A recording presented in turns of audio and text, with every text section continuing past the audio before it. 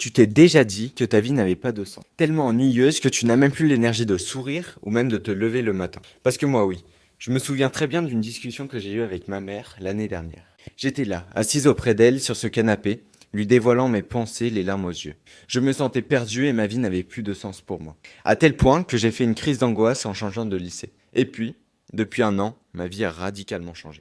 J'ai compris que tout est en mouvement. J'ai alors commencé à diversifier les rencontres, en multipliant les cercles de connaissances, dans le secourisme, dans l'animation, dans l'entrepreneuriat au lycée, ou même tout simplement dans la rue. Toutes ces nouvelles mains serrées me permettent d'alimenter une ouverture d'esprit sur le monde et sur les autres. Par exemple, je viens tout juste de parler avec un Turc au bord du lac. Il m'a raconté son histoire ainsi que la culture de son pays. On ne parlait pas la même langue, mais en écoutant réellement, on se comprend. Mon point de vue, c'est qu'on est surtout des êtres émotionnels et pas seulement rationnels comme on l'entend souvent. On ne peut vivre seul. Alors dites bonjour dans la rue, faites des compliments, osez dire ce que vous pensez de cette personne. Je pense que pour se sentir apaisé, il faut se sentir avancé dans un domaine, n'importe lequel, que ce soit dans le sport, dans des compétences, au boulot ou dans sa vie relationnelle.